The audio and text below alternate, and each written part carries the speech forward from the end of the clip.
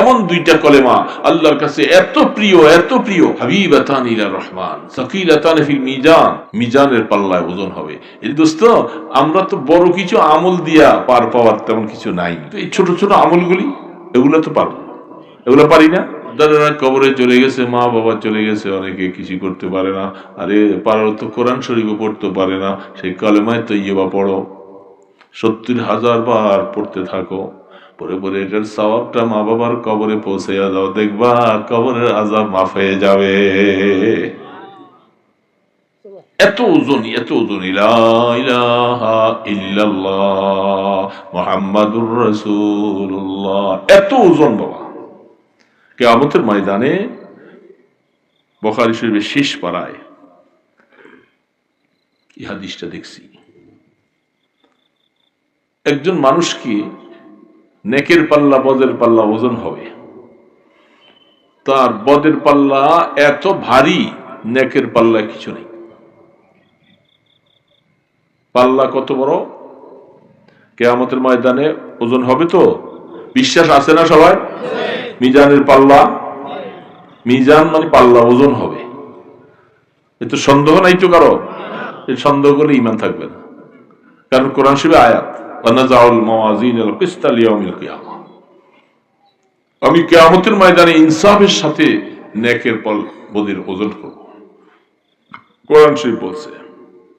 তাহলে আল্লাহ সুবহানাহু ওয়া তাআলা পাল্লাটা কত বড়, হাদিসের ব্যাখ্যায় লিখছে, সমগ্র 7 আসমান জমিন একত্র করে যদি পাল্লার মধ্যে বসায়, যে পাল্লার কিছুই হবে না।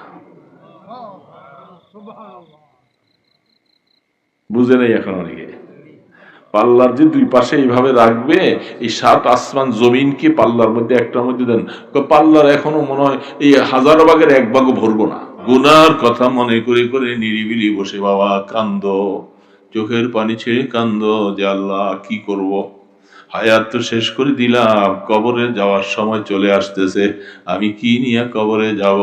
এই বাবা বড় বড় রাত্রগুলি শেষ হয়ে যাইতেছে, এখন 8টা 9টার ভিতরে বাবা শুয়ে পড়ে। এ বুড়া বাবাজিরা, কষ্ট যদিও হয়, একটু রাত্রি উঠো, শেষ রাত্রি একটু উঠো, কষ্ট হয়। কি বলেন, কষ্ট হয় না? রাত্রি উঠা কষ্ট না মজা? কষ্ট আছে, মজা হইলে পরে, কিন্তু আগে কষ্ট। এটা আমার কথা না, এটা আল্লাহ পাক নিজে বলছেন। আপনি যদি বলেন না কষ্ট নাই, তাহলে এটা ভুল বলবেন, কারণ আল্লাহ নিজে বলতেছে ইন্না নাশিয়াতাল লাইল হিয়া আশাদ্দু আতআন ওয়া আকওয়ামু কিলা, এই রাত্রি উঠা কষ্ট, ঘুমের চাপ, শীত এবং আরামের বিছানা ফেলে রাত্রি উঠা কষ্ট, এটা আল্লাহ পাক বলে দিয়েছেন। তবে সেই রাত্রির বেলা কথাটা মাওলাকে বুঝাইতে খুব সহজ, কথা বুঝাতে, এটা আল্লাহ পাক নিজে বলতেছেন ইন্না নাশিয়াতাল লাইলি হিয়া আশাদ্দু আতআন ওয়া আকওয়ামু কিলা, রাত্রে আল্লাহ বলে ডাক দাও, মজা লাগবে দেখবা। রাত্রে মাওলার কাছে কান্দ, এটাও মজা লাগবে, দেখবা কানতে ভালোই লাগে, মজাই লাগে। আল্লাহকে ডাকো, জিকির করো, মজাই লাগবে। কিছুক্ষণ ঠান্ডা লাগবে, শীত লাগবে, ওযু করে কাপড় গায়ে দিয়া বসে নামাজ পড়ে এবার জিকিরে বসে যাবে, লা ইলাহা ইল্লাল্লাহ, লা ইলাহা ইল্লাল্লাহ, লা ইলাহা ইল্লাল্লাহ, ইল্লাল্লাহ ইল্লাল্লাহ ইল্লাল্লাহ ইল্লাল্লাহ ইল্লাল্লাহ ইল্লাল্লাহ ইল্লাল্লাহ ইল্লাল্লাহ। রাত্রিবেলা এইভাবে করো, দেখি শুরু করো, দেখবা চাদর গায়ে দিছো, কতক্ষণ পরে আস্তে আস্তে শরীরটা গরম লাগতেছে, চাদর ফেলাই দিবি। জিকিরে একটা গরম আছে, তখন দেখবা আল্লাহকে বুঝানো খুব সহজ। আল্লাহ পাক রহমতের নজর দিয়া চেয়ে থাকে। শেষ রাত্রি হাদিসের মধ্যে আসছে, এটাও বুখারীর রওয়ায়াত, যে রাত্রির শেষ ভাগে আল্লাহর রহমত জমিনে আসে, আইসা ডাকতে থাকে, এই ডাকতে থাকে, গুনাহ করছো আমার কোন গোলাম, গুনাহ আছে তোমার, তুমি আমাকে ডাকতেছো, উঠো। উইঠা গুনাহ মাপ চাও, শেষ রাত্রে আমার কাছে যখন চাইবা আমি তোমার এই কষ্টটাকে অনেক মূল্যায়ন করব, তোমার জিন্দেগীর গুনাহ মাফ করে দিব, তোমাকে আমার বন্ধু বানাবো, আমার সাথে একটা বন্ধুত্ব সম্পর্ক হবে, নিরিবিলি কথা বলার মতো সময় হয়, নিরিবিলি লাগে। আশিক মাসুকের খেলন মিলন যেভাবে আল্লাহ পাক বলে রাত্রির গোপনীয়তার মধ্যে আমার সাথে আমার এই আশিক গোলামের সাথে একটা সম্পর্ক হয়। তাতাজাফা জুনুবুহুম আনিল মাদাজি ইয়াদউনা রাব্বাহুম খাউফান ওয়া তামা। আল্লাহ পাক বলছে এই গোলামগুলি রাত্রে বলে এশার নামাজ পড়ার পরে তারা শোয়ার পরে আবার হঠাৎ করে পিঠটাকে আলোক করে। কোরআন বলতেছে বাবা, কোরআন শরীফে আয়াত না, কোরআনে যেহেতু আল্লাহ বলছেন, এরকম মানুষ না থাকলে আল্লাহ এটা বলতেন না। কি বলেন, আছে না নাই? এমন মানুষ আছে তারা আরামের বিছনা থেকে পিঠটাকে উঠাইয়া ফেলে, ওইটা নামাজের হালাতে দাঁড়াইয়া যায়, আমাকে দাঁড়ানো অবস্থায় স্মরণ করে, বসা অবস্থায় স্মরণ করে, ইয়াদউনা রাব্বাহুম খাউফান ওয়া তামা। ওইখানেও খাউফ, যে তারা আমাকে ভয় করে, ভয় লাগে যে আল্লাহর সামনে আমি কিভাবে দাঁড়াবো। তুমি একটা এলান করো, আইনা ইবাদুর রহমান, রহমানের গোলামরা কোথায়? রহমানের গোলাম কার গোলাম বাবা? বলেন না আওয়াজ দিয়ে, কার গোলাম? আল্লাহ বলতেছেন রহমানের গোলাম, টাইটেলটাও এমন দিয়েছেন, রহমানের গোলামরা কোথায় তোমরা? এই কথাটা কিয়ামতের ময়দানে যখন এলান হবে, সারা ময়দানে হাসরের মানুষরা শুনবে। ওই সময় একদল মানুষ যাদের চেহারা পূর্ণিমার চাঁদের মতো, ভয়ে ভয়ে থরথর করে তারা দাঁড়াবে, লাব্বাইক বলে তারা দাঁড়াবে, ইবাদুর রহমান দাঁড়াবে। সেদিন জোর করে দাঁড়ান লাগবে না, অটোমেটিক আল্লাহর তরফ থেকে ঘোষণা আসবে, দাঁড়িয়ে যাবে। এই যে দেখো ইবাদুর রহমান, এদের কতগুলি গুণ কি! আল্লাযীনা ইয়াবিতুনা লিরাব্বিহিম সুজদান ওয়া কিয়ামা। আমার এই লোকগুলির অনেকগুলি গুণের মধ্যে একটা গুণ ছিল, তারা রাত্রি বেলায় সেজদা অবস্থায় বেশি বেশি সময় কাটছে। এরা ইবাদুর রহমান, এরা আমার রহমানের গোলাম। ডাকো তাদেরকে, এদেরকে ময়দানে হাসরে কষ্ট করা লাগবে না, একটা পর্দা দিয়া ঢাকি দাও, অন্যরা পেরেশান, এদেরকে পর্দার ভিতরে নিয়ে যাও, মেহমানদারির মধ্যে বসাইয়া দাও। আহ কি না মজা বাবা সেদিন এই এদের জন্য হবে ময়দানে হাসরে। এরা ইবাদুর রহমান। এই জন্য অনেক জুয়ানরা হয়তো পারা যায় না, বুড়া বাবাজিরা আপনাদের জন্য তো সহজ, গ্রামগঞ্জে আছেন, তাড়াতাড়ি শুয়ে পড়ে। গ্রাম শহরে বন্দরের মধ্যে শুইতে অনেক দেরি হয়, ব্যবসা বাণিজ্য করে 12টা 1টা বেজে যায়, শেষ রাতে উঠতে কষ্ট হয়। কিন্তু যারা আগে আগে শুয়ে পড়ে, এই জন্য হাদিসের মধ্যে আসছেন রাসূল বলেন মাসালা ঈশার নামাজের পরে দুনিয়াবি কাজ করা নিষেধ। কেন? ওই যে শেষ রাতে উঠতে হবে, এটা একটা কাজ না, নাকি বলেন? এটা কাজ আছে না নাই? আল্লাহু আকবার। তো এই জন্য বলতেছিলাম যে বাবা মনে রেখো, আল্লাহ পাক বান্দাকে এত ভালোবাসে, এত মহব্বত করে, কত মহব্বত করে। দেখো হাদিসের মধ্যে আছে, তুমি সকাল বেলা 100 বার পড়ো সুবহানাল্লাহি ওয়া বিহামদিহি, 100 বার। সন্ধ্যার সময় পড়ো 100 বার।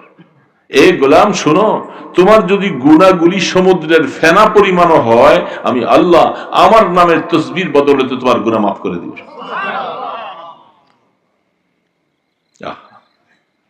আমরা পারি না পড়তে, পারবো না, লিখে কঠিন বিষয়।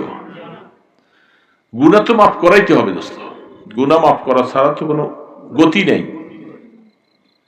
আসামি হইয়া গেলে তো পানিশমেন্ট, দুনিয়ার মধ্যে গুনাহ মাফ করাইতে হবে। আল্লাহ পাক ছোট বাচ্চাদেরকে দেখেন, আল্লাহু আকবার, অনেক অনেক কথা। ছোট বাচ্চাদেরকে আল্লাহ পাক কথা বলার শক্তি দেয় নাই। মায়ের পেটের থেকে বাইর হইয়া দেখেন, গরু, মুরগি, হাঁস এই সমস্ত বাচ্চা যেগুলো কুত্তা, এগুলির বাচ্চারা হওয়ার পরেই এরা মায়ের দুধের কাছে চলে যায়। হাঁসের বাচ্চা হওয়ার পরে পানিতে ভাসে, মুরগির বাচ্চা টকটক করে খানা খায়। মানুষের বাচ্চা কিছু খাইতে পারে? কিছু খাইতে পারে না। এখন তার খানার দরকার, ক্ষুধা লাগছে, পেট ব্যথা করে, এগুলি সে কেমনে বলবে? আল্লাহ পাক বলে, আমি মানুষ জাতির জন্য এমন একটা জিনিস তাকে দিয়েছি যে জিনিসটা আমি বেশি ভালোবাসি, সেটার নাম হলো কান্না। এটা অন্য কোনো জাতিকে দেই নাই, শুধু একমাত্র মানুষকে দিছি। মানুষের বাচ্চা পেটের থেকে পড়ার পরে ওয়া ওয়া ওয়া ওয়া মা মা বলে কাঁদতে থাকে, চিৎকার করতে থাকে। এমনও রাত যায় সারাটা রাত কাঁদতেছে, মার ঘুম হারাম, বাবার ঘুম হারাম, দাদা দাদির ঘুম হারাম, সারা রাত্র নাতি নিয়ে পেরেশান। কি বলে, ঠিক না ভাই? ঠিক। এই একটা কান্না, এটাই তার সব সমাধান। এখন ডাক্তারের কাছে যাবে, কই যাবে, কি ঝাড়ফুঁক দিবে, কেমনে তার কান্না থামাবে? দাদি কোলে নিয়ে বসে আছে, মা কোলে নিয়ে বসে আছে, দাদা পেরেশান, কেউ দোয়া করতেছে, আল্লাহ নাতিটাকে তুমি সুস্থ দাও, বাঁচাই দাও, কত কিছু পেরেশান হয়ে যায় শুধু একটা কান্না দিয়েছি। এই এক কান্নায় তার সব কিছুর সমাধান হয় কি হয় না? আল্লাহ পাক বলেন, এটা আমি বুঝে শুনে দিয়েছি। ঠিক এটা আমি পছন্দ করি। দুনিয়ার জীবনে ছোটবেলায় যখন তুমি কেঁদেছিলা, তখন তোমার জন্য সবকিছুর ব্যবস্থা হয়েছে। আরে গোলাম, যখন তুই বালেগ হবি, তখন আমি আল্লাহর কাছে তুই আবারও নতুন করে কানবি। এই কান্নার ওই কান্নার মধ্যে বেশ কম আছে। তুমি যখন এবার নিজে নিজে কানতে থাকবা, আমাকে মাওলা বলে ডাকবা, তোমার সব কিছুর ব্যবস্থা আমি আল্লাহ করে দিব।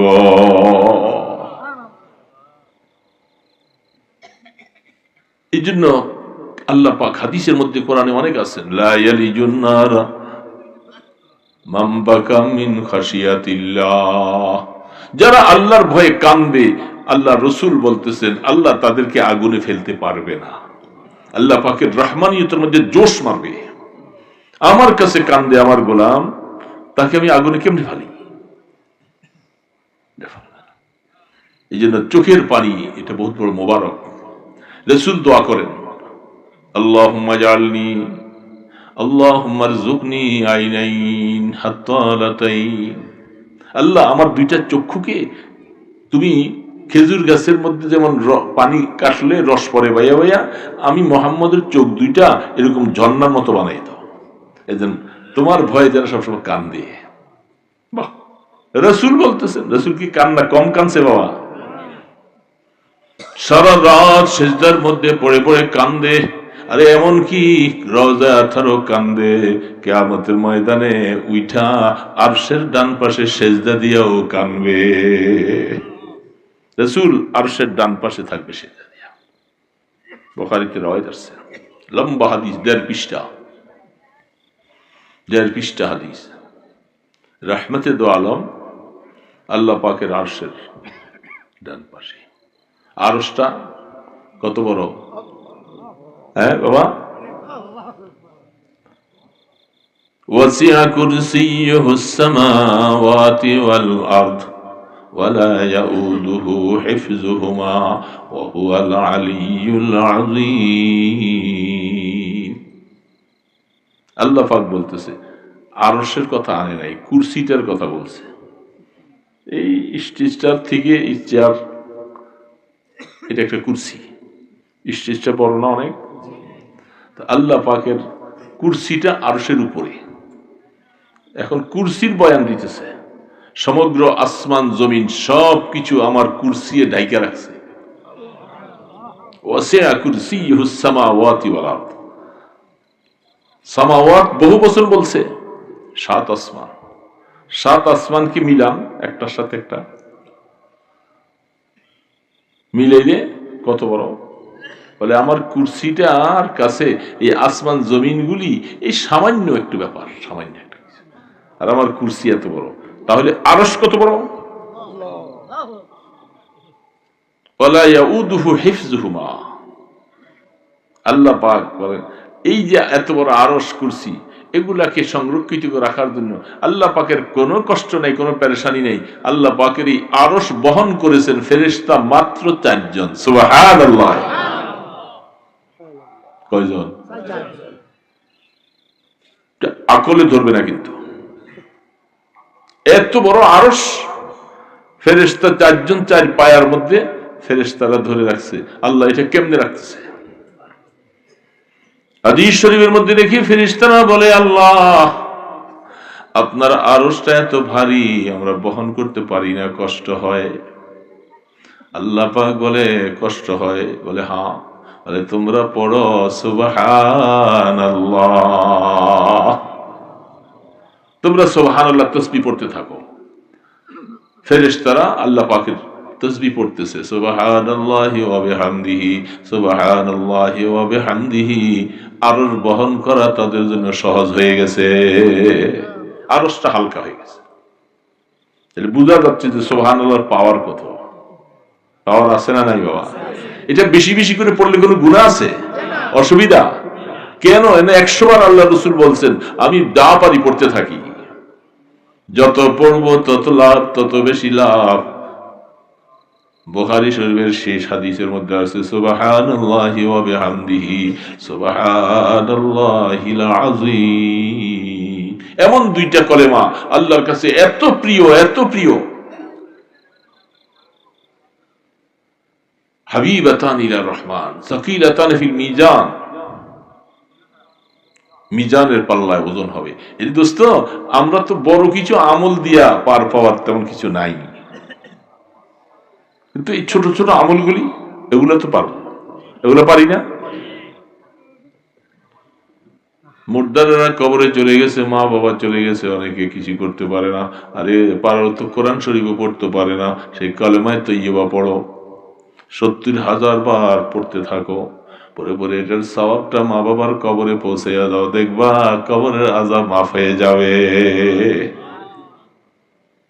এত ওজন, এত ওজন। লা ইলাহা ইল্লাল্লাহ মুহাম্মাদুর রাসূলুল্লাহ, এত ওজন বাবা। কিয়ামতের ময়দানে বুখারী শরীফের শেষ পারায় এই হাদিসটা দেখছি। একজন মানুষকে নেকের পাল্লা বদের পাল্লা ওজন হবে, তার বদের পাল্লা এত ভারী, নেকের পাল্লা কিছু নেই। পাল্লা কত বড়? কিয়ামতের ময়দানে ওজন হবে তো? বিশ্বাস আছে না সবার? মিজানের পাল্লা, মিজান মানে পাল্লা, ওজন হবে। এত সন্দেহ নাই তো কারো?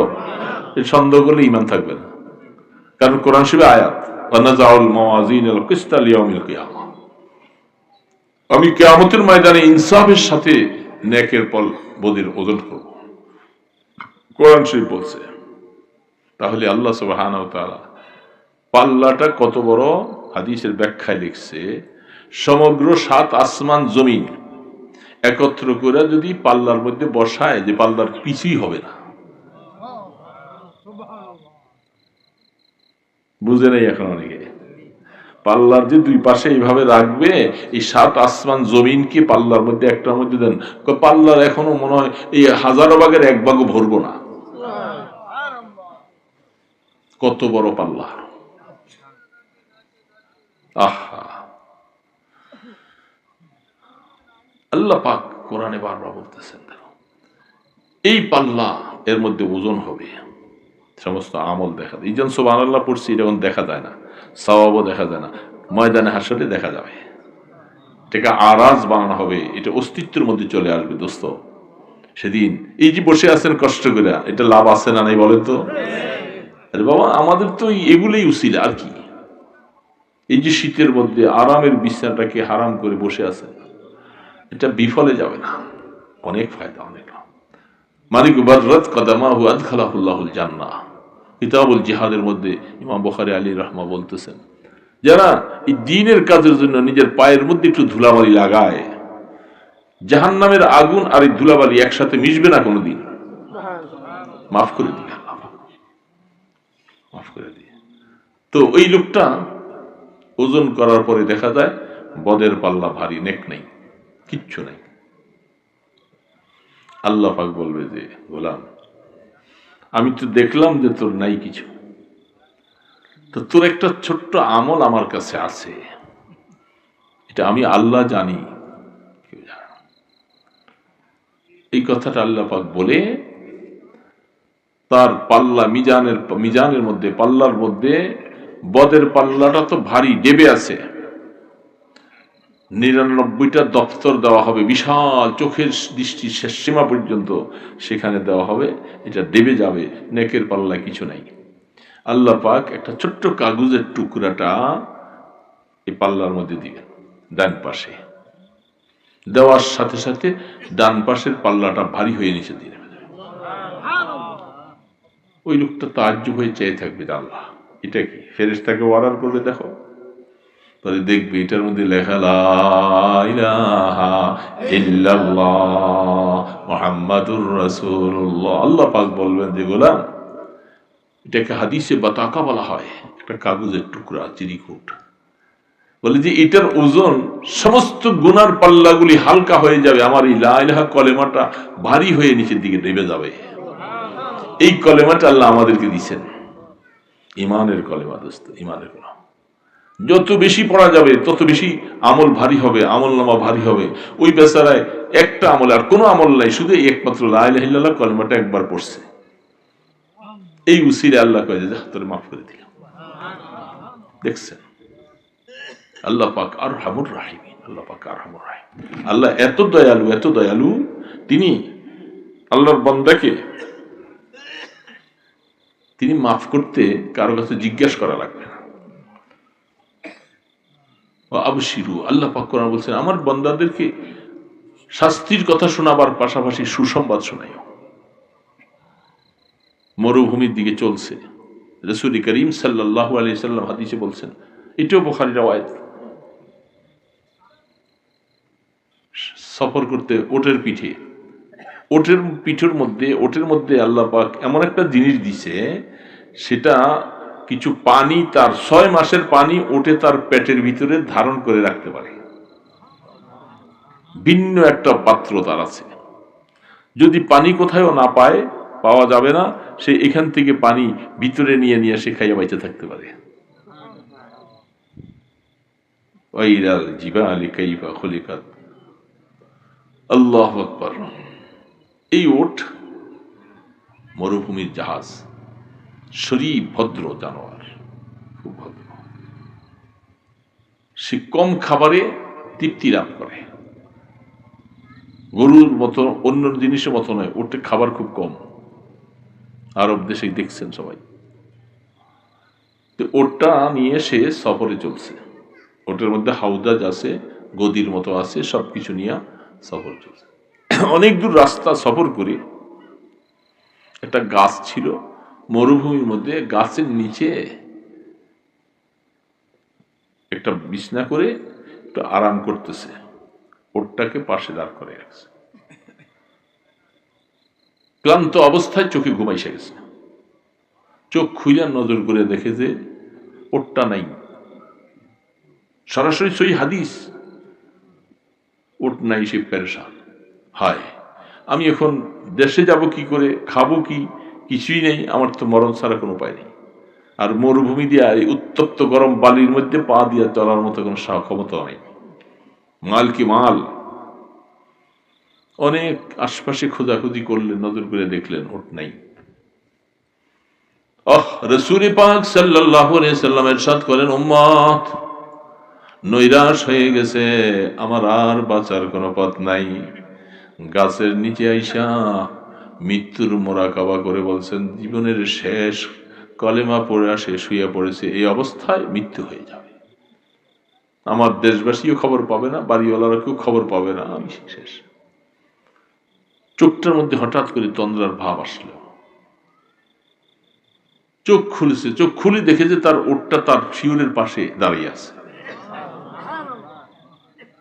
সে তাড়াতাড়ি উঠা, শরীরে শক্তি নেই, পিপাসায় কাতর হয়ে গেছে, উইটা ওটের লেগাম ধরে খুশিতে কি যে বলতে শুরু করেছে, তার জবানের ঠিকঠাক নেই, সব আল্লাহর কাছে এমন ভাবে বলতেছে, আল্লাহ তুমি আমার মনিব, আমি তোমার গোলাম, এটা বলতে যাই সে কত আরো কিছু বলতে শুরু করছে। খুশি, হারানো ওট পাইছি, জীবনটা ফিরে পাইল। আল্লাহ রসুল হাদিসের মধ্যে লিখে, এ আমার উম্মতেরা শুনে রাখো, ওই লোকটা হারানো ওটটা পাইয়া যা খুশি হয়েছে, আমি রসুল আল্লাহর জাতের কসম খাইয়া বলি, তুমি গুনাহ করেছ, তওবা করে যদি বারবার করে আল্লাহর কাছে ফিরে আসো আর তওবা করতে থাকো, আল্লাহ আমি ভুল করেছি, আমাকে মাফ করে দাও, আমার আল্লাহ বলে ওই ব্যক্তি হারানো ওট পাইয়া যা খুশি, আমার ভুলা বান্দা আমার কাছে আসলে আমি বেশি খুশি হইয়া যা। ই দরগাহে বা দরগাহে না উম্মীদি নীত, সদবার अगर তওবা শিকস্তি বাজা বাজা। আল্লাহ পাক বলে আমার এই দরবারের মধ্যে কোনোদিন নৈরাশী নাই, কেউ নৈরাশ হয়ে যাইও না, আসো আসো ফিরে আসো, 100 বার তওবা করেছো, ভেঙে ফেলছো, আবার ফিরে আসো, আমি আল্লাহ মাফ না করলে কে করবে, তুমি ফিরে আসলে আমি তোমার সব গুনাহ মাফ করে দিব। দোস্ত, এই জন্য আল্লাহ পাক বলতেছে, বান্দা দূরে যেও না, আমি ছাড়া মাফ করার মতো আর কেউ নাই, গোলামি করো, সেজদা আমাকে দাও। আমরা তো অনেকেই এখন, এই যুবক বাবাজিরা আছো কয়েকজন, 5 ওয়াক্ত নামাজ পড়বা? পড়বা রে বাবা? নামাজ কয় ওয়াক্ত দিছিল আল্লাহ?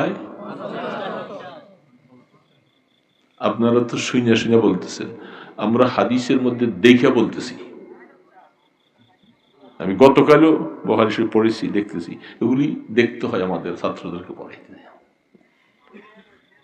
লম্বা হাদিস, আহা কত লম্বা হাদিস, 50 ওয়াক্ত নামাজ।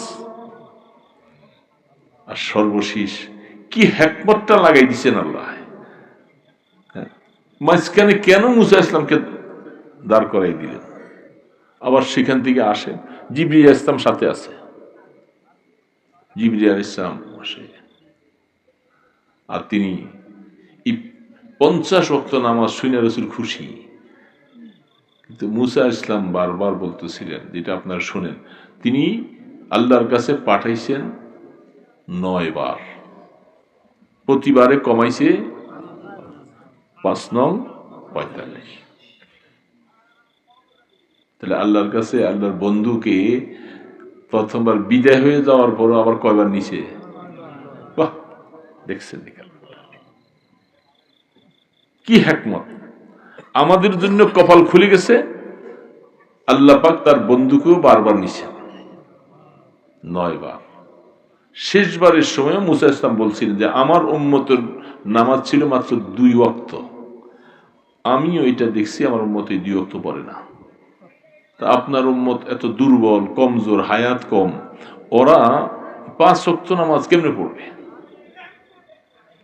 আল্লাহর হাবিব ফরমান, আমি বারবার যতবার গেছি 5 কমাইছে, এবার যদি আবার যায় 5 কমাইয়া দিলে আর কিছু থাকবে না। এই জন্য ইস্তাহিয়াইতু, আমি শরম লাগতেছে, লজ্জা লাগে আল্লাহর কাছে আবার যাই এই কথা বলতে। আল্লাহ সুবহানাহু ওয়া তাআলার সাথে সাথে বলতেছে, ও আমার বন্ধু, আমি আল্লাহ ওই জাত, ওই সত্তা, কোনদিন আমার জবান 2 রকম হয় না। আমি যখন 50 ওয়াক্ত দিয়েছিলাম, এটাকে পাল্টাবো না, 50টাই থাকবে, প্রতি আল্লাহু আকবার 5-এর সাথে 10 যোগ করে দিলাম। নামাজ পড়বে 5 ওয়াক্ত, সওয়াব দিব 50 ওয়াক্ত। বুখারী শরীফ হাদিস সরাসরি। তাহলে আমরা নিশ্চিত আল্লাহ রসুলের কথা অনুযায়ী 5 ওয়াক্ত নামাজ পড়লে সওয়াব দিতেছেন আমাদের আমলনামায় 50 ওয়াক্তের। আর যারা নামাজটা পড়লো না, কত ক্ষতি, বহুত ক্ষতি না? 50 ওয়াক্ত নামাজের সওয়াব থেকে মাহরুম হয়ে যাচ্ছি। এই জন্য যুবক বাবাজিরা, তোমাদেরকে অনেক সময় আমি বলে থাকি অনেক কথায়, শয়তানের ওয়াসওয়াসায় পড়ে, বন্ধু বান্ধবের আড্ডায় পড়ে তোমরা নামাজটা ছেড়ে দাও। নামাজ ছাইরো না, পারবা না ইনশাআল্লাহ।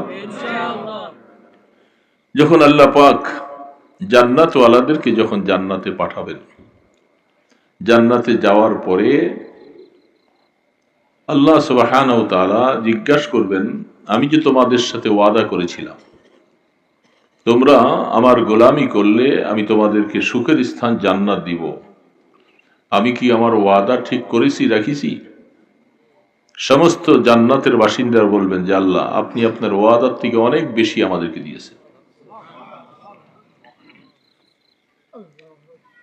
এখন আর কি তোমাদের কোনো চাহাত আছে, চাহিদা আছে? আমি তো তোমাদের চাওয়ার থেকে বেশি দিয়েছি, তোমরা বলছো। তোমরা কি আর আমার কাছে কিছু চাওয়ার বাকি আছে? মানুষ অনেকে প্রশ্নের জবাবে তারা কিছু বলছে না। তখন তারা সকলে চিন্তা করবেন যেন আমরা কেন বলতেছি না, আমরা এই প্রশ্নের জবাবটা সংগ্রহ করব কোথায়? দুনিয়ার মধ্যে যেমন আমরা কিছু না জানলে ওলামায়ে কেরামের শরণাপন্ন হয়েছি, এখনো আল্লাহ পাকের এই প্রশ্নের জবাবে আমরা ওলামায়ে কেরামের শরণাপন্ন হই। আমরা আল্লাহ পাকের এই প্রশ্নের জবাবে কি জবাব দিব? ওলামায়ে হক্কানি রব্বানিরা বলবেন, আল্লাহ পাকের কাছে আমাদের একটাই চাওয়া, সেটা হলো, এটা একটু টাইট করে তো এটা ওইদিকে চলে যায় আমার। হ্যাঁ, তো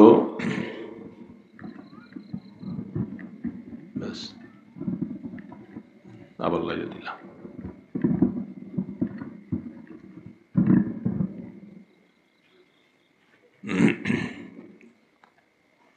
আল্লাহ পাকের কাছে আমাদের একটা জিনিস চাওয়া বাকি আছে,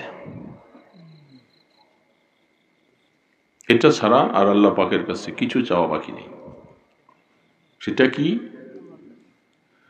যে আল্লাহ, আপনি মেহেরবানি করে, দয়া করে আমাদেরকে জান্নাত দিয়েছেন। এখন আমাদের একটা চাওয়া ওলামায়ে কেরাম আমাদেরকে শিখাই দিয়েছেন, সেটা হলো, আল্লাহ আপনি কোনোদিন আমাদের উপরে আর নারাজ হয়েন না। জান্নাত পেয়েছি আপনার রাজি হওয়ার কারণে, আপনি কোনোদিন আর আমাদের উপরে নারাজ হয়েন না, আপনি আমাদের উপরে খুশি থাকবেন, এটি আমাদের চাওয়া। আল্লাহ সুবহানাহু ওয়া তাআলা বলবেন, যাও, আমি অনাদি অনন্তকাল আবাদুল আবাদ জিন্দেগীর জন্য তোমাদের উপরে আর কোনোদিন নারাজ নেই, আমি আল্লাহ তোমাদের উপরে রাজি। যেটা কোরআনের মধ্যে সাহাবায়ে কেরামদের শানে আল্লাহ পাক বলছেন, রাদিয়াল্লাহু আনহুম ওয়া রাদু আন যালিকা লিমান খাশিয়া রাব্বাহ। আল্লাহ সুবহানাহু ওয়া তাআলা বলছেন, আমার সাহাবায়ে কেরাম যারা আমার রাসূলের সাথে জীবনটাকে এইভাবে করে উৎসর্গ করেছেন, জীবনে বহু চড়াও উতরাও পার হয়ে কষ্ট করে ঈমানটাকে ধরে রাখছেন, মওত পর্যন্ত দ্বীনের উপরে টিকে ছিল, আমি আল্লাহ তাদের সম্পর্কে আয়াত নাযিল করলাম, হে রাসূল আপনি শুনিয়ে দেন, আমি আল্লাহ তাদের উপরে রাজি হয়ে গেছি। রাদিয়াল্লাহু আনহুম ওয়া রাদু আন, এবং আমি আল্লাহ যে তাদেরকে যা দিয়েছি তারা এগুলি সব পাইয়া আমার উপরে তারাও রাজি হয়ে গেছে। এই যে আমি আল্লাহ তাদের উপরে রাজি হয়েছি, তারা আমার উপরে রাজি হয়েছে, এটার মূল কারণ একটা জায়গা, যালিকা লিমান খাশিয়া রাব্বাহ। শুধু এই জিনিসটা তারা কেন পেয়েছেন? একমাত্র আল্লাহ পাককে তারা ভয় করে করে হায়াত কাটাইত। কি করে ভাই? আল্লাহ পাকের ভয়, এটা সবচেয়ে বড় জিনিস। কি ভয় আল্লাহ পাকের? যে আল্লাহ পাকের কথা না মানলে তিনি রাগ করবেন, তিনি নারাজ হয়ে যাবেন। আমার জীবনের জন্য সবচেয়ে বড় ক্ষতিকারক সাইট হলো যে আল্লাহ নারাজ হয়ে যাওয়া। সারা দুনিয়ার মানুষ যদি আমার প্রশংসা করে, আমার কোনো ফায়দা নেই, কোনো লাভ নেই। যদি আল্লাহ আমার পক্ষে থাকেন, বাস আমার জন্য যথেষ্ট। আর আল্লাহ বিপক্ষে, সারা পৃথিবী আপনার পক্ষে থাকলে কোনো লাভ নেই। এজন্য দোস্ত, আমি ছোট্ট আয়াত তেলাওয়াত করেছি, আল্লাহ রাব্বুল আলামিন কোরআনে বিভিন্ন আয়াতে বলছেন, ওয়াম্মা মান খাফা মাকাম রাব্বিহি ওয়া নাহান নাফসা আনিল হাওয়া ফাইন্নাল জান্নাতা হিয়াল মাওয়া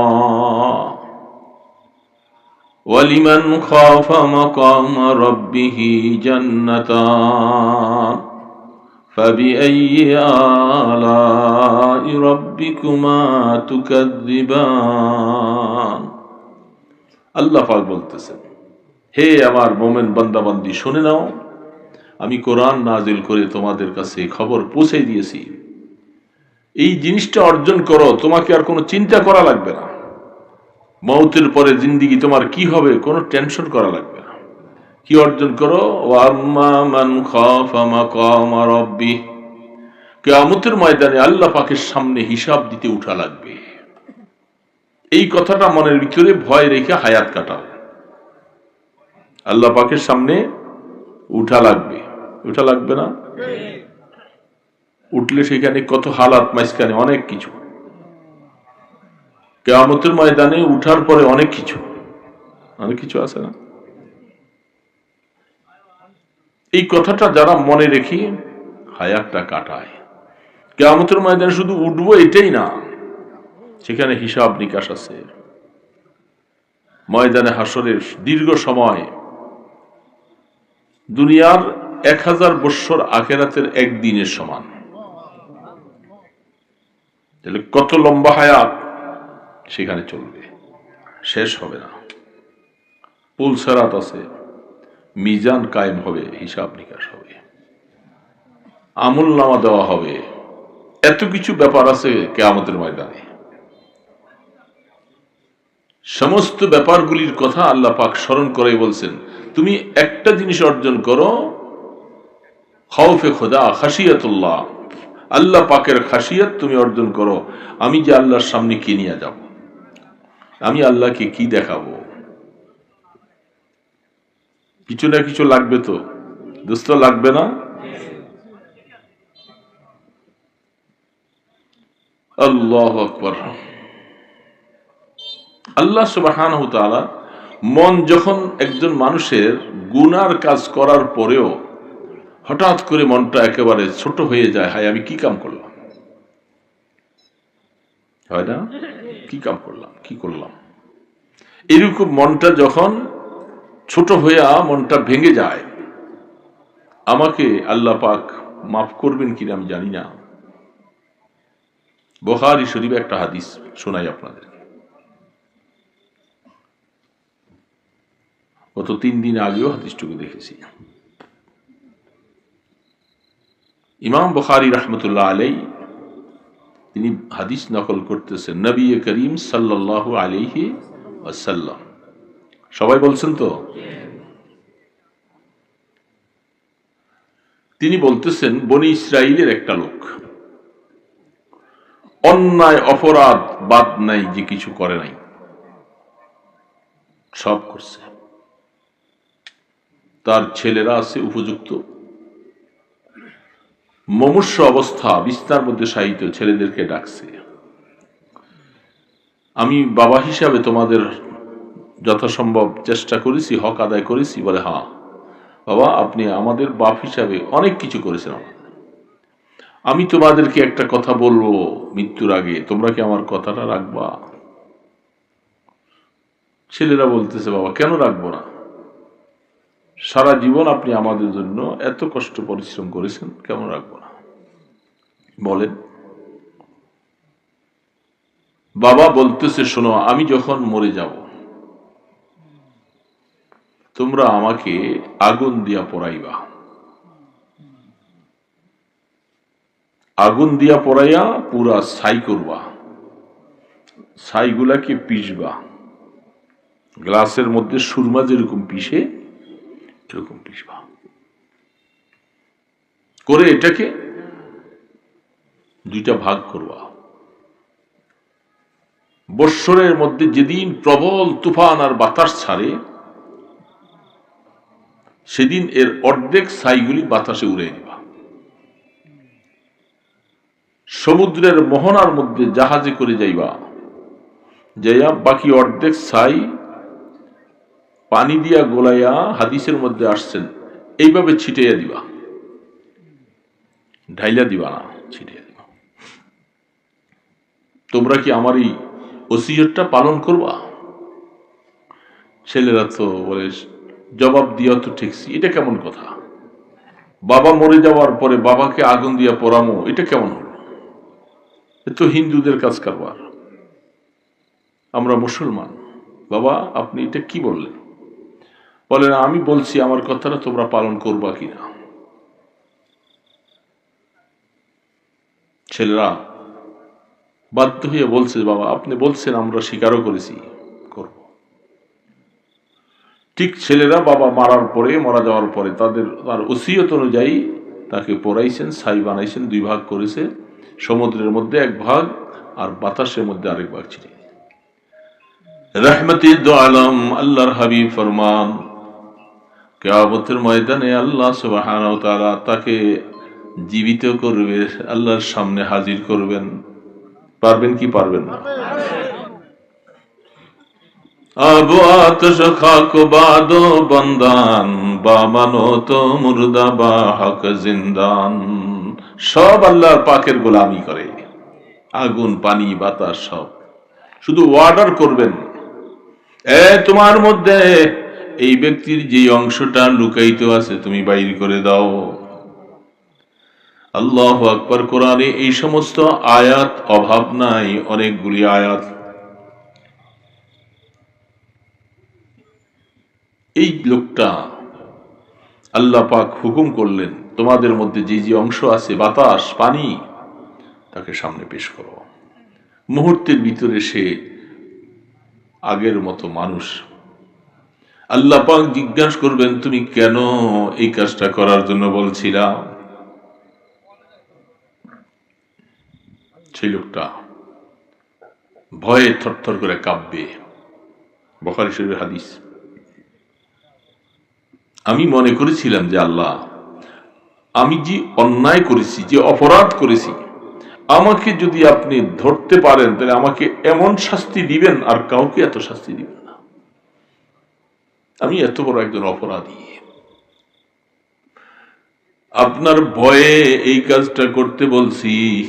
ওগো আল্লাহ এখন দেখি বাঁচার কোনো উপায় নাই, আপনি আবার আমাকে জিন্দা করে আগের মতো মানুষ বানাইয়া দিছ। কিছু করার নাই, শুধু ভয়ে এই কাজটা করেছিলাম আল্লাহ। এখন আপনার ইচ্ছা, গোলাম আপনার, আপনি শাস্তি দিবেন নাকি তাকে মাফ করবেন, এটা আপনার ইচ্ছা। রহমতের দো আলম আল্লাহ রসুল হাদিসের মধ্যে ইরশাদ ফরমান, বুখারী আলাইহির রাহমা বলতেছেন, আমার আল্লাহ ওই সময় তাকে ডাক দিয়া বলবে, ওরে গোলাম আমার ভয়ে যখন এই কামটা করছো, যাও আমি তোমাকে মাফ করে দিলাম।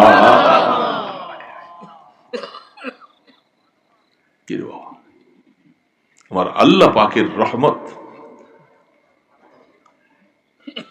আকল হয়রান হয়ে যায়, আকল হয়রান হয়ে যায়। আমরা আল্লাহ পাকের এই রহমত পাওয়ার আশা আছে না নাই? আমাদের কাছে কোনো কিছু নেই, আছে নাকি? আল্লাহ সুবহানাহু ওয়া তাআলার সামনে ভয় করো গিয়ে বাসিদক বর জাহা জানাত তাকে আরশ পরশরা না লাগুনাত। নিজের গুনার কথা স্মরণ করে 2 ফোঁটা চোখের পানি ছাড়ো খোদার বান্দা। নিরিবিলি বসো, কারো উপরে ভরসা নাই, ভরসা একমাত্র আমার মাওলার উপরে।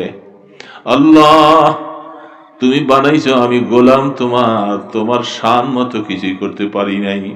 এখন কবর দেশে যাওয়ার মতো সময় হয়ে গেছে, বুড়া হয়ে গেছি, 1 পা কবরে চলা গেছে, কখন ডাক আসবে বলে দেয় না, ঠিক না?